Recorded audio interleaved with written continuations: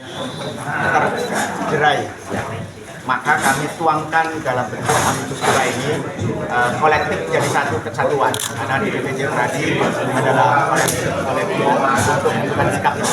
Maka melalui pengurus kami menentukan amicus curiae, karena kasus ini kan masih bergulir di Mahkamah Agung. Untuk itu yang tepat adalah amicus curiae.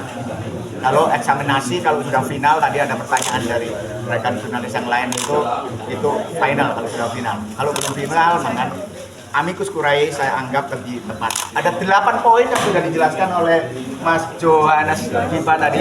Mas Johannes Dipa tadi sudah 8. Nanti di sini semua. Jadi di sini semua ada 8 poin, termasuk keterangan saksi, keterangan ahli, termasuk masalah visum et repertum, termasuk masalah sebab kematian yang dasarnya visum et repertum tadi. Ini kami sudah jelaskan di dalam amicus curiae itu. Kami kemarin memang ditunggu teman-teman media. Apakah kami melakukan apa?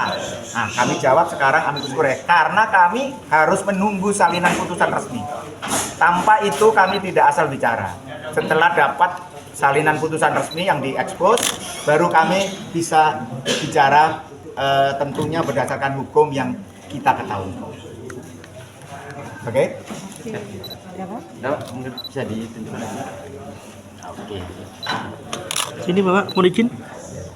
Bapak sini Bapak.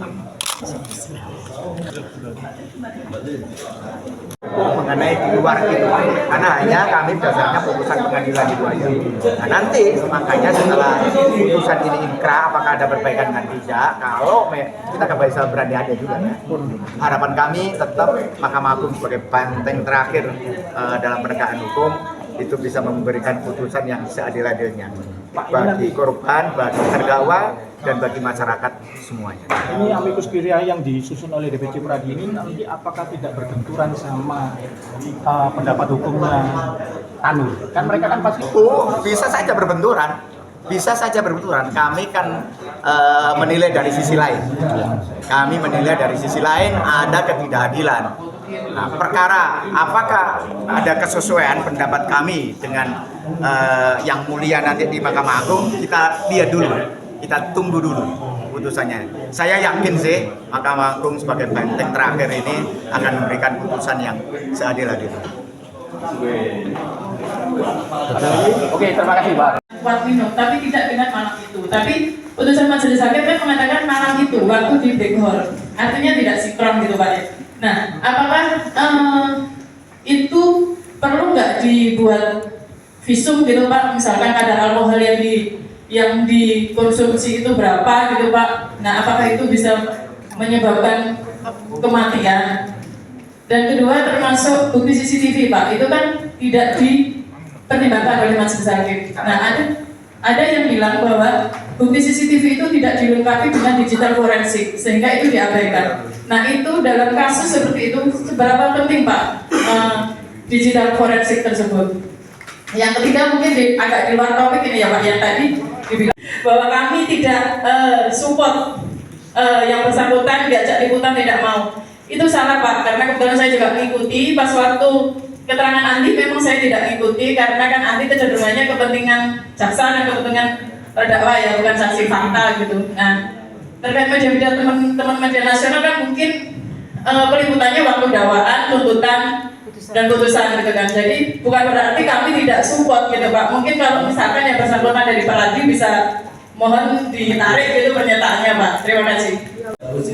Kan Pak Sid selaku wartawan yang meliput ya selama persidangan, ternyata ada banyak fakta yang tidak sama antara fakta yang ada dengan apa yang tertuang di dalam putusan pertimbangan hakim khususnya. Nah, ini yang jadi kegelisahan yang meresahkan masyarakat kan di situ. Oleh karena itu kami sepakat dan kami satu halaman dengan Pak Uji.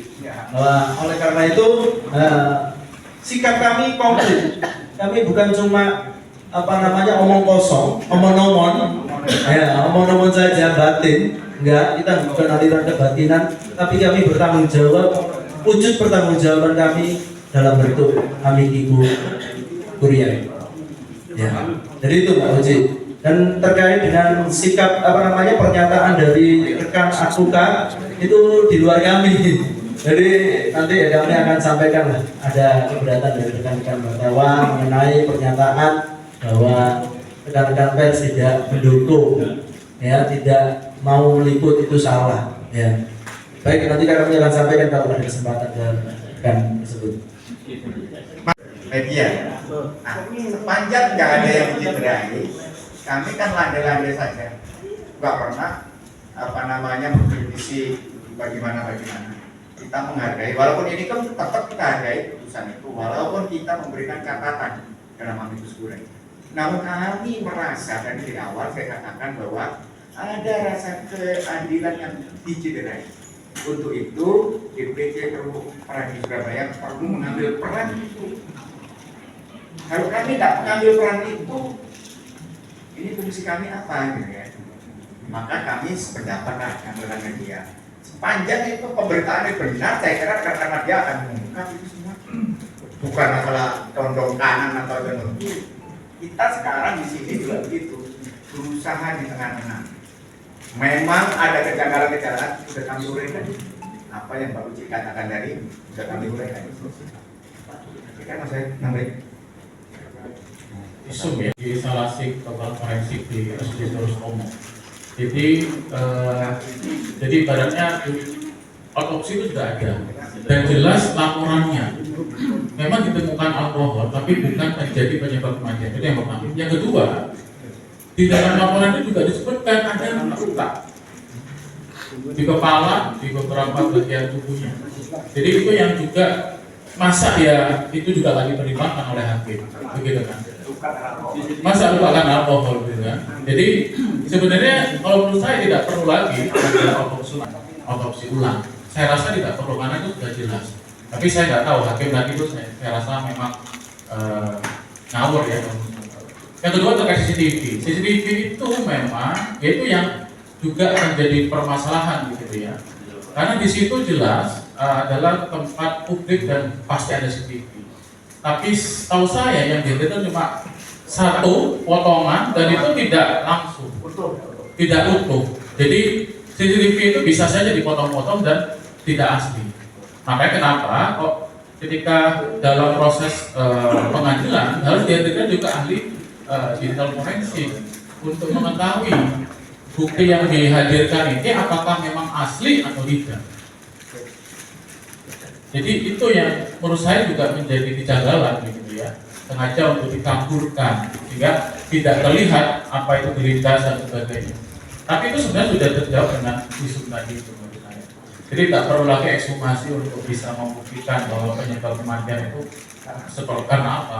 Sudah terang benderang kalau menurut kami sih terang benderang sudah cetol gitu ya. Bahwa ini memang cetol-welo-welo bahwa ini penyebab kematian jelas tidak akan mungkin dari situ. Mas Bi, Sekretaris. Pak, dari sini Pak. Tahan ya Pak. Bapak mau Hadap sini, hadap sini. Bapak aja. Bapak. Sini.